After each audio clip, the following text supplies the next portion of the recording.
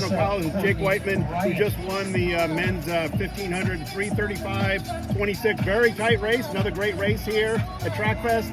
Tell us about the race. What were you? What was the strategy, and what were you hoping to get out of this race today?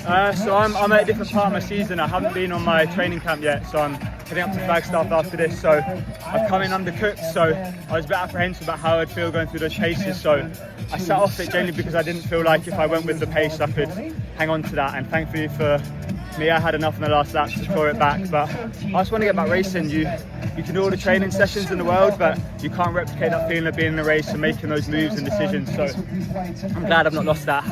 I've still got a bit of racing brain in me.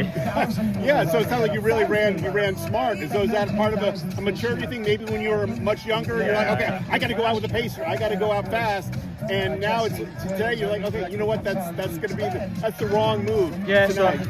So when I was a kid, I was never afraid to put myself like into a race and impose myself. So I did a lot of stupid things to try and win, and eventually you run out of stupid things to do, and you end up making the right decision. So my advice to kids would be like, don't be scared of going for a win, even if you're going to blow up and get it wrong, because otherwise you don't know what your best strategy is. You don't know how to race. Right, you have to that's the time to learn. You have to get it wrong, don't you? So right. I raced from when I was a kid and I raced adults. I would go like at 400 so hard and then I'd get blown away in the last 100, but there's no other way to learn not to do that unless you get it wrong. So there's no point in racing if you're not going to try and win it, is my philosophy with it. So you may as well give it a go every single time you step on a start line. So were you looking for a win today, or yeah, that was the time? Nah, the time, because I don't know what shape I'm in, and I still don't.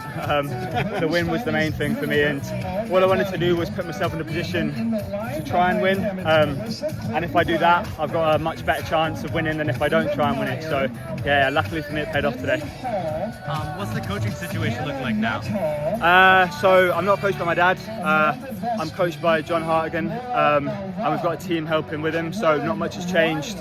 It's just the swapping my dad out for him. So he was helping with my dad before. So the structure of the week is very similar.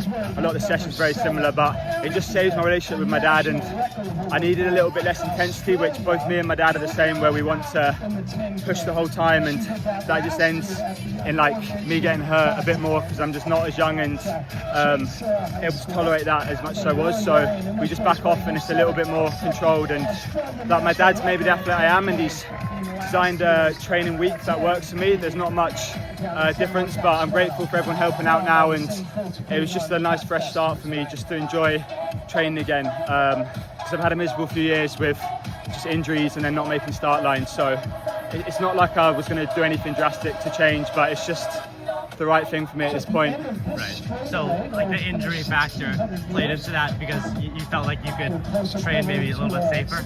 Yeah, it was just I was getting hurt at the wrong points of the year, and I don't think it was anyone's fault or anything like that. It was just the nature of how I've trained for years and years, is that it just ends in that a lot more than it should. And because it's my dad, I was obviously a very hard thing to happen for both of us, and he probably wasn't enjoying it, I wasn't enjoying it, and he sent me like a nice message about how to race tonight, and I'm sure he's still obviously in my corner supporting me, and he's my dad. But it's just what I felt like I needed, and it's what he felt like I needed. And yeah, it's like anything I do going forward, there's obviously new people having an input into that, but it's still like he's created me into this athlete that I am today, so he'll always have some credit for whatever I go on to do, a lot of credit for what I go on to do.